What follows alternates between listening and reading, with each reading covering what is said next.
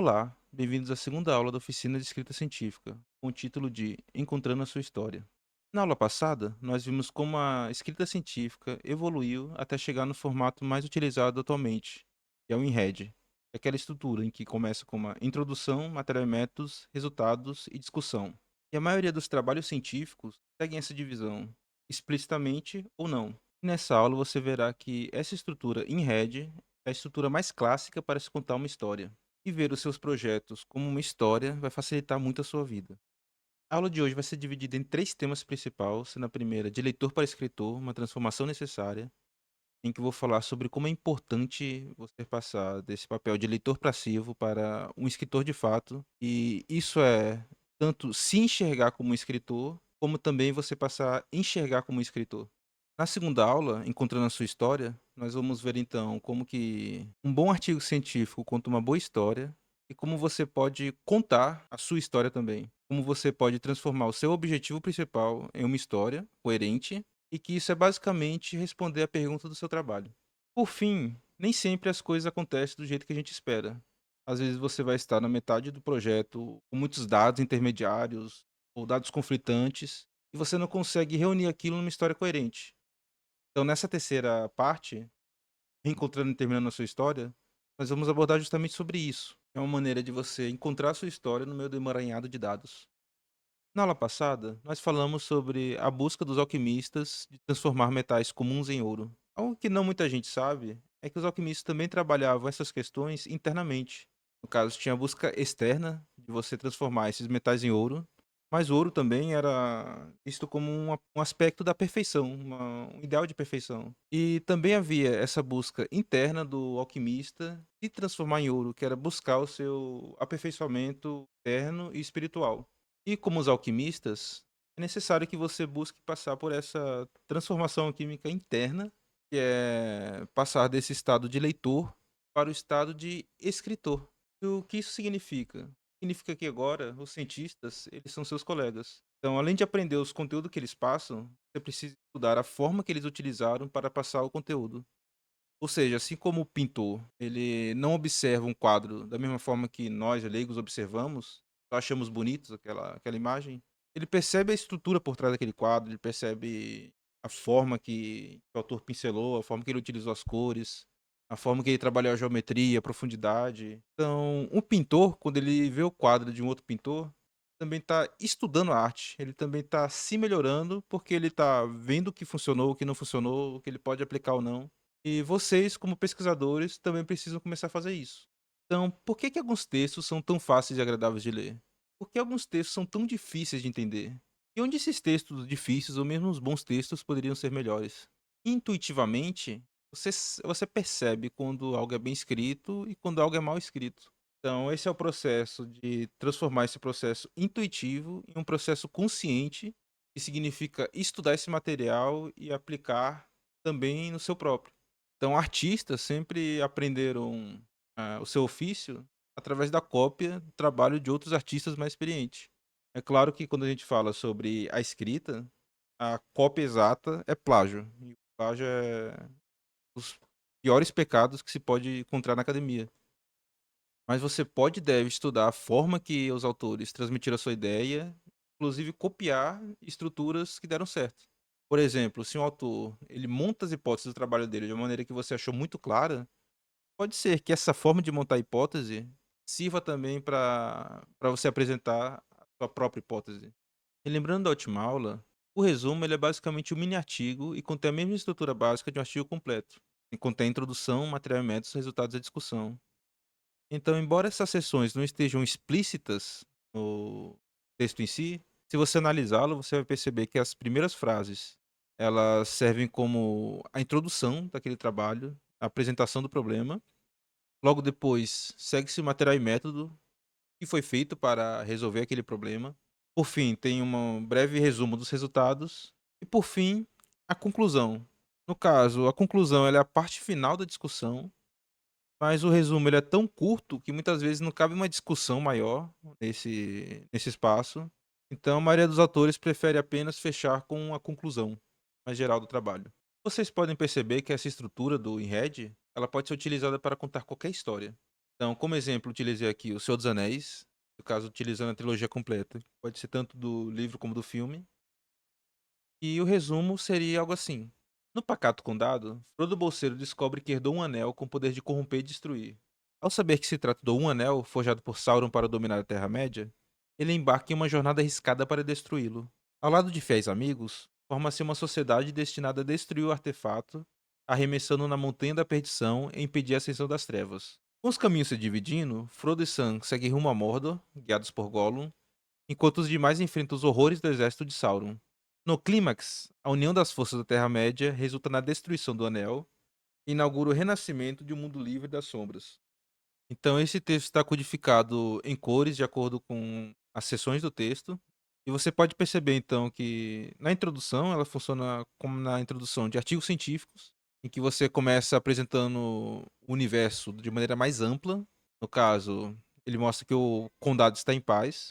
No final da introdução, então, tem o desafio principal, que seria, então, ele descobrir a natureza real desse anel, né? E o objetivo, que seria ele se pôr a destruí-lo. Por fim, tem o material e métodos, que é como eles organizam, como que eles se propõem a resolver esse desafio, esse objetivo. Como resultados, você tem tudo que acontece de resultado das ações do material e método. Então, aqui seria da metade final do primeiro livro ou filme até quase a conclusão.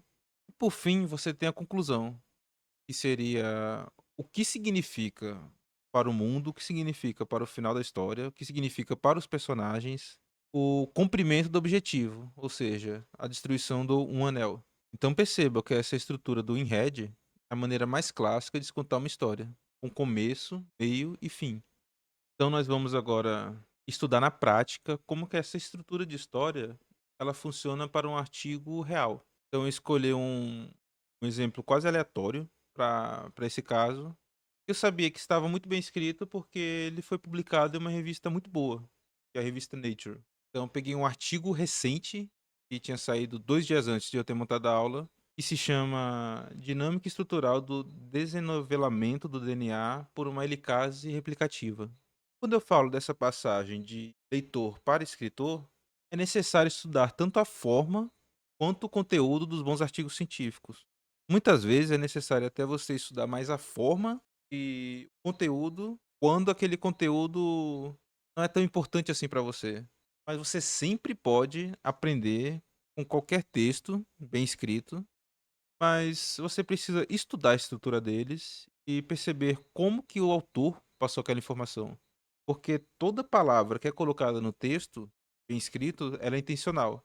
Então você tem que começar a perceber a intencionalidade nas palavras, nas construções de frases, etc. Então, começando aqui pelo resumo. Esse é um resumo bem longo, então eu dividi em 2 partes.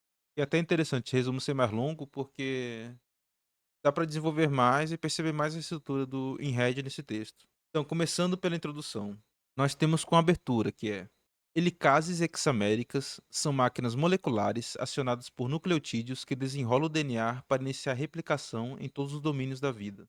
Veja como eles começam esse texto, então, de uma maneira bem ampla, definindo o protagonista, o personagem principal dessa história, são as helicases hexaméricas. E eles começam definindo-as.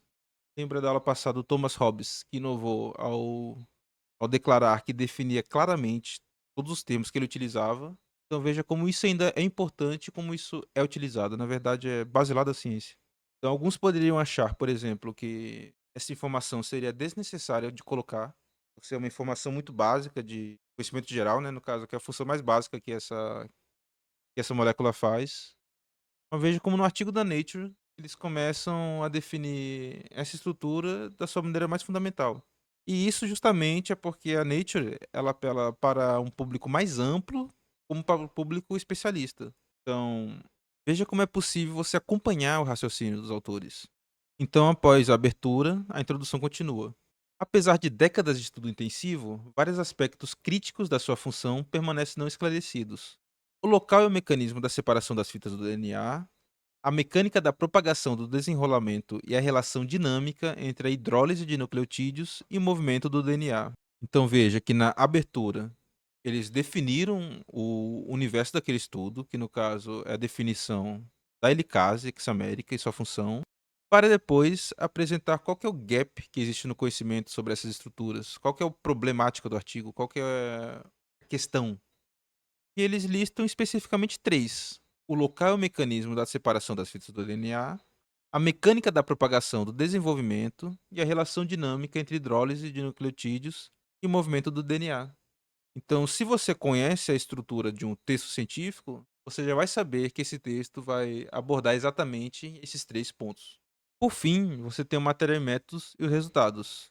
Aqui, material e métodos, veja que não é tão importante assim. Claro que é importante, mas é importante para os especialistas para ver se aquela forma de conseguir os resultados é adequada. Mas para a grande maioria das pessoas, elas estão interessadas apenas nos resultados. E os resultados de um artigo científico é a parte mais técnica, digamos assim, a parte mais especializada do artigo. E daqui não dá para correr. Então vocês vejam que é muito mais específico e muito mais técnico esse linguajar agora, que é: aqui, utilizando criomicroscopia eletrônica, mostramos que a helicase do antígeno tumoral grande, L-Tag, do vírus Símio-40, se organiza na forma de hexâmeros cabeça a cabeça nas origens de replicação, derretendo o DNA em 2 locais simetricamente posicionados para estabelecer forquilhas de replicação bidirecionais. Mas vocês percebam que, apesar de se usarem termos técnicos muito complexos e estarem descrevendo um fenômeno muito complexo, ainda assim o texto é o mais simples possível à medida que essas ações são descritas de maneira clara, fácil e num linguajar que é simples. Então perceba: origens de replicação, derretendo DNA em 2 locais simetricamente posicionados para estabelecer forquilhas de replicação bidirecionais. Então é como eu sempre digo, o tema ele é muito complexo, mas a forma de escrever tem que ser muito simples. Então, continuando a parte 2 desse resumo, nós vemos que material e métodos, resultados continua, e aqui eles utilizaram uma estrutura de paralelismo. No caso, eles definem primeiro o material e métodos de um dos objetivos, escreve os resultados referente àquele material e métodos. Então eles voltam para o material e métodos de novo para descrever material e métodos do outro objetivo, para então descrever os resultados. Veja que eles não descrevem, então, material e método seguido, né? As duas partes do material e métodos, para depois escrever todos os resultados juntos. E isso é para facilitar a compreensão do leitor. Ou seja, fazendo X, eu consegui Y. Fazendo Z, eu consegui W. Porque se você falar que fazendo X e Z eu consegui Y e W, já é um pouco mais confuso, a maioria das vezes. Então, novamente, essa seção é a parte mais técnica e dá para perceber. Por meio da análise contínua da heterogeneidade, caracterizamos o panorama conformacional do L-Tag em DNA bifurcado sob condições catalíticas, demonstrando movimento coordenados que impulsiona a translocação e o desenrolamento do DNA. Então não vou nem continuar lendo essa parte da seção dos resultados, porque realmente são poucas as pessoas, né, que conseguem entender o que realmente isso quer dizer, e eu não sou uma delas. Talvez os alunos da genética aqui da oficina estejam entre elas. Mas continuando então, nós temos e esse resumo ele é tão longo que eu falei que geralmente não existe essa parte da discussão no resumo, mas aqui nesse resumo maior eles colocaram uma sentença que pode ser considerada como uma discussão, que é: nossas estruturas revelam os acoplamentos alostéricos entre a renovação de nucleotídeos e os movimentos das subunidades, que possibilitam o desenrolamento do DNA enquanto mantém vias de saída dedicadas para as fitas separadas. Ou seja, aqui nessa discussão, eles estão mostrando de maneira mais imediata o que aqueles resultados que eles obtiveram significa. Ou seja, eles estão descrevendo nos pormenores como que esses resultados ajudam a entender como que esse desenrolamento do DNA se dá, né? Então, logo após a discussão, vem a conclusão. E ele começa: essas descobertas fornecem um modelo abrangente, ou seja, é um modelo que é aplicável para muitos casos, né? Essas descobertas fornecem um modelo abrangente para o estabelecimento e a progressão das forquilhas de replicação, estendendo-se dos sistemas virais aos eucariotos, ou seja, ele é amplamente aplicado. De maneira mais ampla, introduzem princípios fundamentais do mecanismo pelo qual enzimas dependentes de ATP alcançam um trabalho mecânico eficiente por meio da alosteria impulsionada pela entropia. Ou seja, veja como eles voltam para a questão mais ampla, né? Eles terminam discutindo o que aqueles resultados querem dizer, imediatos, querem dizer para aquela estrutura, naquele contexto, e por fim eles voltam até para a literatura mesmo, mostrando o que, que eles incorporaram conhecimento ao que a gente se sabe sobre essas moléculas. Novamente, nós temos aqui um comparativo, então, de uma narrativa clássica de história e do InRed, que é a nossa forma de narrar história científica. Então, no método clássico de uma narrativa clássica de contar história, nós temos uma abertura, um desafio, ação e a resolução. Então, na abertura e no desafio, nós temos o Frodo no idílico condado, recebendo um anel, conhecendo o seu risco e se propondo a destruí-lo. Depois nós temos toda a ação, que é tudo que acontece da metade final do primeiro filme, livro, até quase seu final. Da discussão, seria então o significado mais imediato das ações tomadas, cada ação gerou na vida dos personagens. E por fim, na resolução, né, que seria a conclusão, o take home message, temos que o Frodo volta para o Pacífico Condado, agora com a paz assegurada, e a Terra-média está relativamente tranquila. No artigo científico que utilizamos como base para exemplificar essa história científica, nós temos a introdução, que apresenta os personagens, que no caso são as helicasas hexaméricas, que iniciam a replicação em todos os domínios da vida. Então nós temos essa abertura se afunilando. Primeiro, o personagem principal foi apresentado, e por fim se afunilou para as perguntas específicas, que são três. Como exatamente essas enzimas separam as duas fitas do DNA?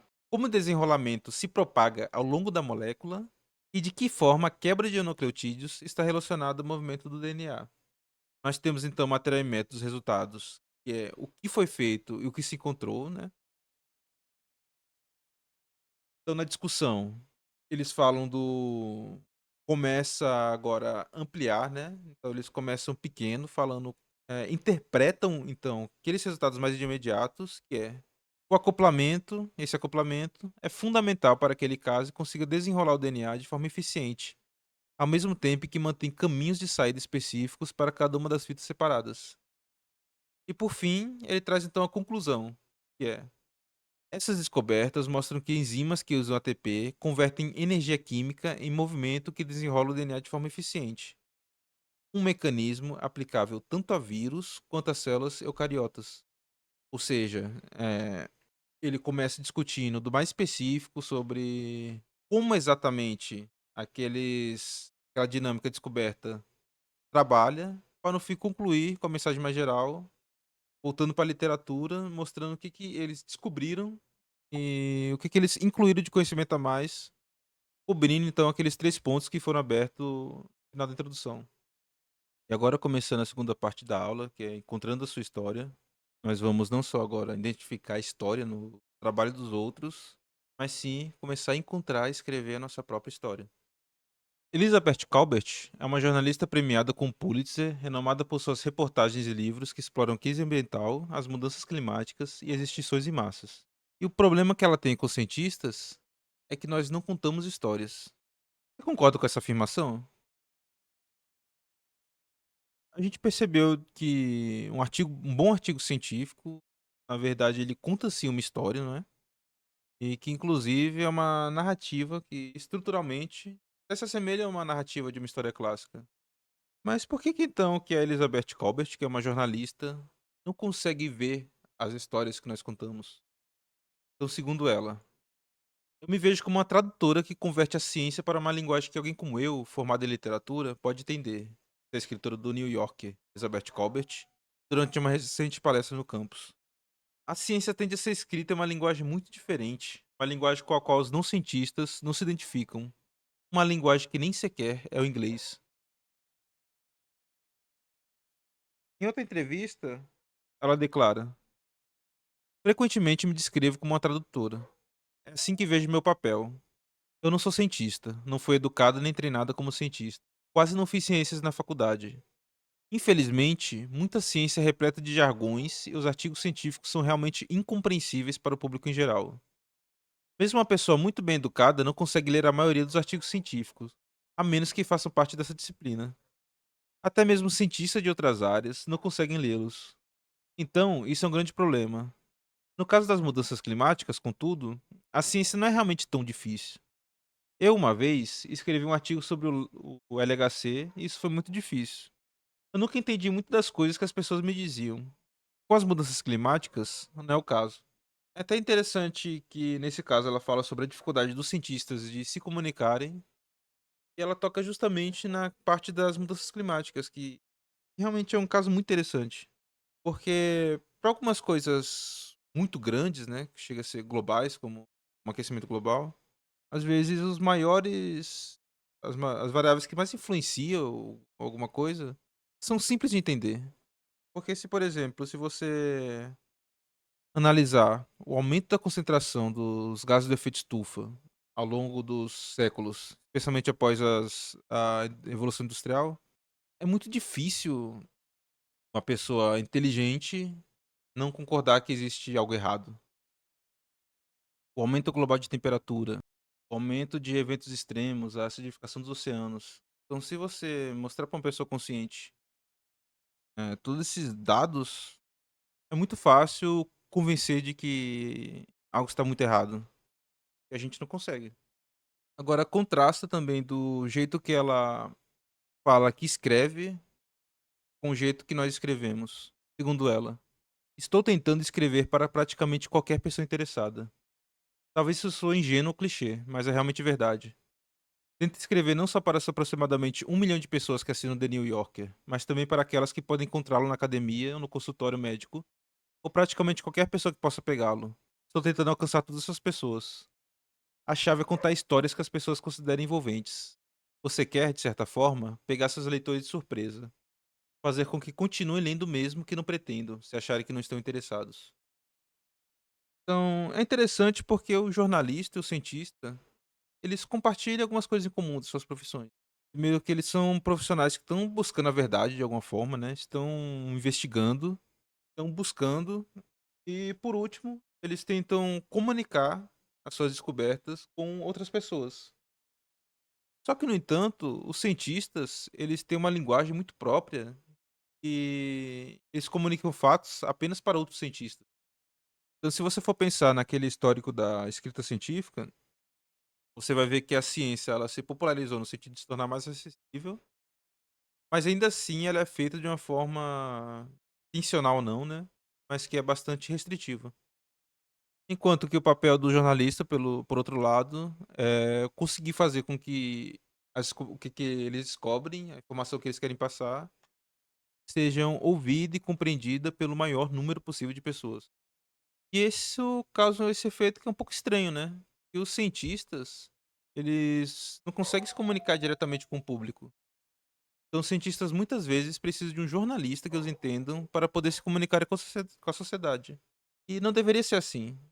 Parei pra pensar que a Elizabeth Colbert, né, a autora, ela mesma disse que não teve tanto treinamento científico assim na faculdade, ela cursou inglês sempre. Então, existem milhares de pesquisadores mais bem qualificados em questão de informação para lidar com esse tema, falar sobre esse tema, informar sobre esse tema. Só que por algum motivo essas pessoas não conseguem ou não se interessam ou não alcança um público muito grande. Claro que a gente tem que valorizar o trabalho do jornalista, que ele treina justamente para conseguir ser tão acessível assim, né. Obviamente não é fácil, vocês estão vendo nessa disciplina, nessa oficina. Se comunicar claramente é tudo menos fácil, mas eles conseguem.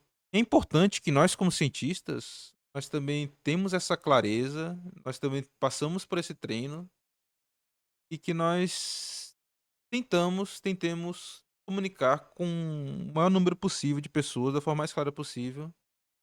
Até porque isso é importante. A maioria dos alunos dessa oficina, eles estão alocados em Manaus ou na região norte. Então, por exemplo, Justificar a importância da preservação da Amazônia é nossa função também de pesquisadores que estamos aqui na região. Então, treinem isso. Isso é tão, às vezes, até mais importante até do que se comunicar com outros cientistas. Mas se comunicar claramente vai te ajudar até mesmo, ou principalmente, na sua própria carreira científica. Para continuar nossa aula sobre como encontrar nossa história, vou utilizar um dos capítulos do livro Guia do Cientista para Escrever, do Hard, que é justamente o capítulo 7, que é Encontrando e Contando a Sua História. Esse livro está no drive da oficina, então quem quiser ver melhor, recomendo que leia o capítulo. Novamente, o primeiro passo para escrever qualquer artigo científico é responder uma simples questão sobre o que exatamente ele é, qual é a sua história. E para contextualizar, apresento aqui um vídeo que está disponível no site do Telescópio Web, que fala sobre a formação de estrelas e planetas, e o nosso interesse aqui é na formação das estrelas, né?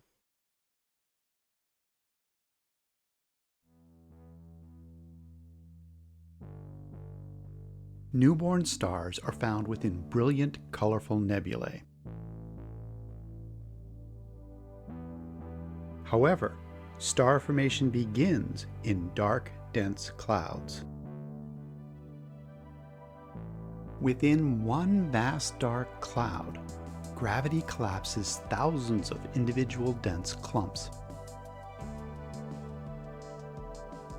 The core of a massive dense clump will compress and heat until it forms a protostar. A protostar grows as a disk of gas and dust accretes onto it, and some of the accreting material is ejected along twin opposing jets. While the star finishes its formation, planets build up within the surrounding disk.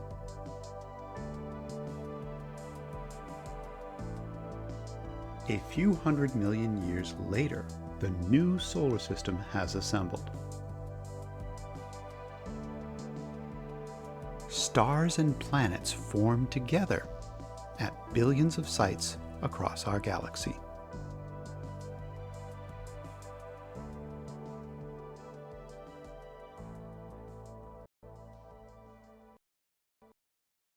Então essa é uma parte bem importante do vídeo, né? Para essa questão. Que mostra então que as protoestrelas, elas surgem dessa nuvem de partículas. Então, através da força da gravidade, elas vão se condensando. E através da compactação, vai tendo geração de energia, vai tendo fusão nuclear. E essa energia, ela é irradiada. Então, A veja que tem protostar muita grows energia as a no centro disk desse of gas and disco dust accretes onto it, e muita poeira e gás and se some acumulando of the sobre accreting ela. material is E ejected chega até o along momento twin que opposing jets. parte desse material é literalmente ejetado através da força irradiativa. Então, na formação da estrela, tem esses dois aspectos. O primeiro é essa força da gravidade, da acreção, que faz com que mais material se junte a- ao corpo da estrela. E também tem essa força contrária da irradiação, que tende a expulsar material. Por que isso é importante? Porque, teoricamente, quanto mais material se acumula, maior deve ser a força de radiação. Tanto que chega um momento que deve superar a força da acreção, expulsando assim o material e interrompendo esse processo. Isso indica que teria um tamanho máximo que uma protoestrela ou uma estrela poderia alcançar, porque a partir de um certo tamanho, não deveria ser possível que ela continuasse acumulando material. No entanto, existem protoestrelas massivas. Tem estrelas massivas. Por que ou como existem? Como é possível que existam essas estrelas massivas? Então, existem algumas hipóteses para explicar isto. Alguns modelos indicam que a força de radiação deveria ser maior que a da acreção a partir de um certo tamanho, limitando o tamanho máximo de uma estrela. No entanto, estrelas massivas existem, embora raras. Duas hipóteses para sua existência são: então, a primeira hipótese para que explique a existência dessas estrelas massivas é que A radiação pode escapar em jatos que removam o material de determinadas direções, enquanto que a acreção continua por outras. Ou seja, como naquele vídeo, né? Nós vimos dois jatos ejetando material da estrela, embora a estrela ainda continue a incorporar material ali a partir do disco. E a segunda hipótese são que as estrelas massivas elas podem se formar no centro de aglomerados estelares, onde a atração gravitacional combinada de várias protoestrelas favorece a acumulação de massa. Ou seja, você tem várias protoestrelas no mesmo local, todas elas conduzem um efeito gravitacional conjunto, né, que consegue combinar mais massa. E a partir disso teria condições então para protoestrelas serem formadas a partir desse conglomerado de protoestrelas. E do ponto de vista científico, é possível testar essa hipótese estudando a distribuição de estrelas massivas e de protoestrelas. Nós temos mais de 6.000 regiões de formações estelares visíveis, sendo que as nebulosas de Órion, de Eagle e de Carina, elas são próximas o suficientes para serem observadas e terem essas hipóteses testadas. Então imagine que tem um astrônomo, que ele trabalha estudando a formação de protoestrelas utilizando o telescópio ALMA, e é desafiado a resumir o seu trabalho em duas sentenças. Então, nessa tentativa de resumir o seu trabalho em duas sentenças, faz várias tentativas. No começo, ele faz um primeiro esboço, que é só para ele mesmo, e ele começa. O ALMA, Atacama Large Millimeter Sublimeter Array, fornece as imagens mais detalhadas já feitas das nebulosas de Órion, Águia e Carina. Eu explico como o ALMA funciona e mostro algumas das imagens. E por que que esse resumo inicial, esse esboço inicial dele, ele é ruim? É simples, né? Esse mini resumo dele foca no método e não na pergunta do trabalho. O leitor tem todo o trabalho de analisar e interpretar os dados, e ele só seria um resumo bom se ele fosse um artigo sobre as capacidades do ALMA, porque ele fala, né, que o ALMA ele fornece as imagens mais detalhadas já feitas das nebulosas. Então, isso é muito importante para o trabalho dele, mas veja que como ele não fala exatamente sobre o trabalho dele, só fala dos métodos, a gente não tem como saber.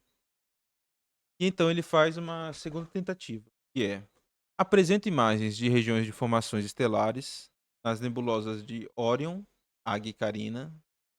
E então ele faz uma segunda tentativa, que é: apresenta imagens de regiões de formação estelar nas nebulosas de Órion, Águia e Carina, capturadas em 8 comprimentos de ondas de 0,4 a 10 milímetros. Elas mostram muitas protoestrelas, algumas em grupo. Então, por que exatamente esse pequeno resumo ele é inadequado, ele é ruim? Então você pode pausar o vídeo, pode pensar um pouco, pode analisar. Mas enfim, por que que ele é ruim? O mini resumo menciona a formação de estrelas, mas não faz nenhuma pergunta sobre o tema. Ele mostra o método e os dados, que devem ser importantes, mas o trabalho de saber o porquê é deixado para o leitor. Então, novamente, né? Ele escreve sobre o que ele está fazendo, ele Ele inclusive introduz o tema, né, que é mostrar que existem muitas protoestrelas. Ele mostra que algumas dessas muitas protoestrelas estão em grupos, então a gente pode imaginar que elas estarem em grupos é importante para o seu trabalho de alguma forma, mas nós ficamos sem saber exatamente sobre o que ele faz ou o que ele estuda. A gente só tem informações do método e dos dados que ele obteve. E esse talvez seja um dos erros mais comuns dos pesquisadores mais inexperientes, como os alunos do mestrado que eu vejo. E eu não sei, talvez seja um pouco por talvez alguns alunos acharem que algumas informações são muito óbvias, não precisam ser colocadas, mas é muito comum que os alunos eles apresentem o método que eles estão fazendo, eles explicam muito bem o que estão fazendo, a metodologia, os resultados, mas tem uma dificuldade muito grande de voltar para a pergunta principal do trabalho. Ou seja, tá bom, você fez tudo isso, ou você quer fazer tudo isso. Mas por quê? Por que você quer fazer tudo isso? Por que que você fez tudo isso? Acho que algumas áreas bastante experimentais, por exemplo, que seguem muitos protocolos, também tem esse risco, porque é muito fácil você entrar no modo automático de escrever meio que um relatório ali de fazer e reportar o que descobriu, fazer e reportar o que descobriu. mas não voltar para a pergunta original ou para o tema original e contextualizar com o que aquela contribuição que você fez significa para um aspecto mais geral, né. No caso, como que vai contribuir para a literatura esse trabalho? Então tomem bastante cuidado com isso. A história, o objetivo, a pergunta sempre tem que estar muito explícita. Ela nunca pode estar para banco, para avaliador, para o leitor tentar descobrir sua história. Esse pesquisador, então, ele faz uma terceira tentativa, que agora já melhorou, né? Ele começa. Eu destaco o que sabemos sobre a formação estelar e a evolução estelar. Eu apresento imagens do ALMA, de protoestrelas massivas, em vários estágios de evolução estelar. Fazendo uma análise, então, sobre. Novamente, né? Pausa o vídeo, pare, pense. Mas fazendo uma análise sobre esse texto, nós temos que o autor ele tenta estabelecer a importância dos dados, mas formação estelar e evolução estelar são temas muito amplos para um único artigo. Nenhuma questão específica é mostrada.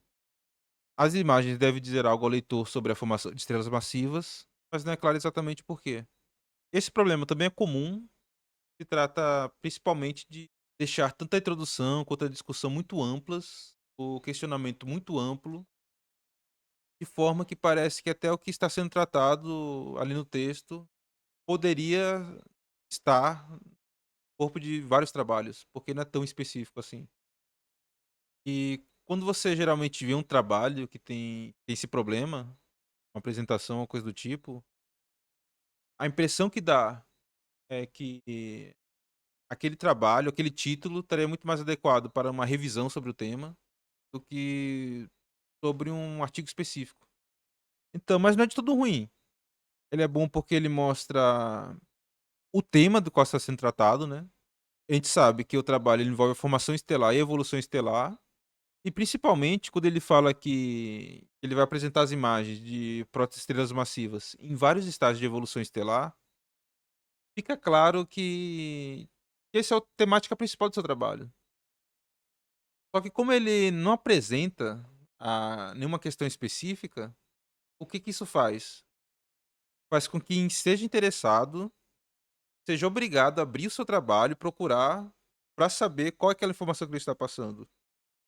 Isso para alguns pode soar como uma boa estratégia, do tipo, tudo bem, não vou entregar o resultado logo de cara, para atrair a curiosidade para a pessoa abrir o trabalho e ler, mas na ciência não funciona assim, isso geralmente sai pela culatra. Então, quanto mais exposto e quanto mais spoiler até você dá sobre o seu trabalho, melhor. Quanto mais claro for a informação sobre ele, melhor.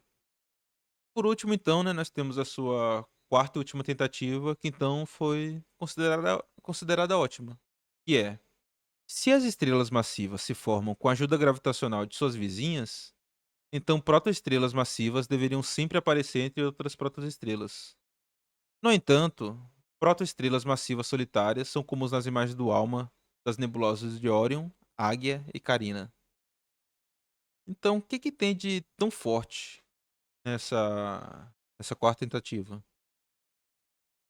Então, passando para a análise, nós temos que o mini resumo ele tem uma questão clara. Protoestrelas massivas se formam via combinação da gravidade das vizinhas e oferece uma resposta não. Então, só com base dessa forma que ele contextualizou a história, é possível até você imaginar como que vai ser a estrutura do artigo. Então, na introdução, ele vai contextualizar a hipótese da gravidade de acoplamento, indicar o que precisa ser feito para testá-la. Já no método, ele vai explicar como podemos mensurar a massa de protoestrelas, diferenciar protoestrelas solitárias em agrupamentos. Por fim, nos resultados, ele vai indicar a alta frequência de protoestrelas solitárias. E na discussão, então, ele vai interpretar os resultados e concluir sobre a hipótese. Então, novamente, né? Se as estrelas massivas se formam com a ajuda gravitacional de suas vizinhas, então protoestrelas massivas deveriam sempre aparecer entre outras protoestrelas. No entanto, protoestrelas massivas solitárias são comuns nas imagens do ALMA das nebulosas de Órion, Águia e Carina. Então veja que esse mini resumo tem esse formato de uma sentença como pergunta e outra sentença como resposta. Então adquirir esse nível de clareza, de você conseguir expressar sua hipótese, não é fácil. Pelo contrário, é bem difícil. Mas veja que, a partir do momento que você adquirir esse nível de clareza na sua hipótese principal, no seu objetivo principal, você define tão bem a sua pergunta do trabalho, você enquadra ela com uma estrutura, é muito mais fácil, a partir daí, você escrever o artigo completo, porque vai ser um desenvolvimento muito mais natural, você não vai se sentir perdido em nenhum momento. E agora, finalmente, para a terceira e última parte, que é reencontrando e terminando sua história. Então nós temos que, é claro que a gente se prepara muito, né, para planeja muito bem a nossa história, às vezes montamos uma hipótese muito bem construída, mas os personagens das nossas histórias são muito vivos, nem sempre se comporta como esperamos. Ou seja, tem surpresas pelo caminho, né? Às vezes um experimento não dá certo, às vezes o resultado é diferente e você pensa em um outro experimento para confirmar aquilo, e você faz e dá um pouco diferente, você pensa em um terceiro, do qual você não consegue extrair uma história coerente. E se você tentar colocar tudo isso no papel, vai ser muito difícil para o leitor entender, vai ficar um texto bastante confuso. No entanto, o professor William Magnuson, do programa de pós-graduação de Ecologia do INPA, com a sua larga experiência orientando muitos alunos ao longo das décadas no curso de Ecologia, desenvolveu um método para destravar dissertações e teses, que é escrever de trás para frente. Então é fácil de achar na internet esse artiguinho. Eu falo artiguinho porque ele é bem completo, bem pequeno, tanto que eu coloquei ele inteiro aqui na screenshot. Mas a parte mais interessante para nós nesse momento é apenas essa sessão aqui, que é um passo a passo com 5 regras, que é como você consegue extrair a sua história escrevendo de trás para frente. Então a regra um é: escreva as conclusões do seu artigo. Mesmo um artigo extenso ou capítulo de tese não conterá mais do que 5 ou 6 conclusões substanciais. Cada conclusão deve ser sucinta, ocupando uma única frase e menos de 2 linhas. As conclusões, conforme escritas aqui, não entrarão no corpo principal do trabalho, então não precisam de modificadores como no entanto ou isto é. Regra 2: escreva apenas os resultados necessários para fundamentar as conclusões que você apresentou.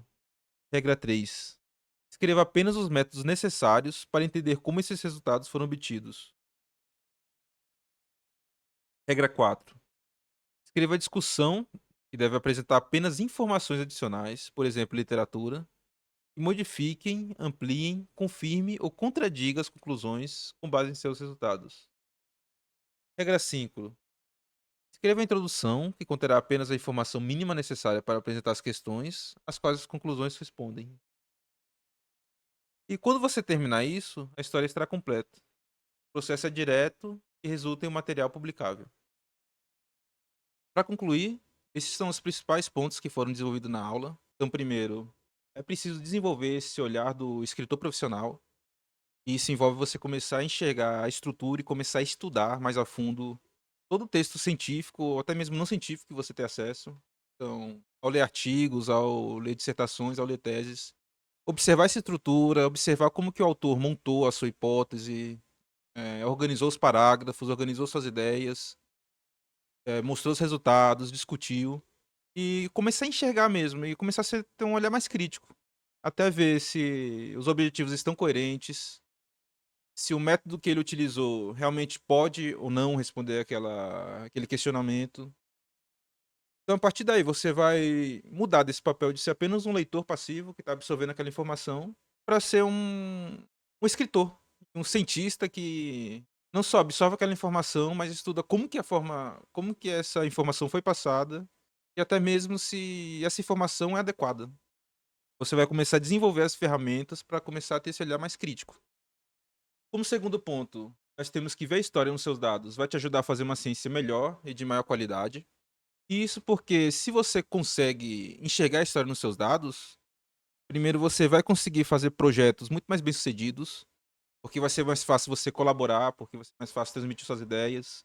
Se você tem a história ali bem definida, como a gente viu no caso no exemplo do nascimento da estrela, se você tem essa síntese, esse núcleo muito bem definido, vai ser muito mais fácil expandir a partir dele, então vai ser muito mais natural desenvolver o seu artigo. Por último, ter essa capacidade vai facilitar você colaborar com pesquisadores de outras áreas, porque aí você vai conseguir falar essa linguagem comum da estrutura do artigo em si, né? E também vai te ajudar a publicar melhor, porque se você não consegue explicar o contexto mais amplo para as pessoas, você vai ter aquele caso de que o seu material, o que você escreve, vai ser muito baseado no material e métodos e nos dados que você conseguir, e por causa disso, as pessoas vão ter que descobrir a história por si mesmas. E todos nós que trabalhamos com pesquisas, nós temos muito poucos colegas que trabalham em áreas muito semelhantes à nossa e ter essa intimidade com a nossa área a ponto de conseguir ver o que você quer dizer com base apenas no seu método e nos seus resultados. Então, se você não conseguir escrever de maneira mais ampla, você vai ficar restrito a conversar apenas com seus pares mais imediatos. Quanto se você quanto que, se você consegue escrever de maneira mais ampla, o seu leque de publicação fica muito maior. E por fim, tão importante quanto fazer a ciência, é nós comunicarmos. Tanto comunicar ciência como comunicação de maneira geral.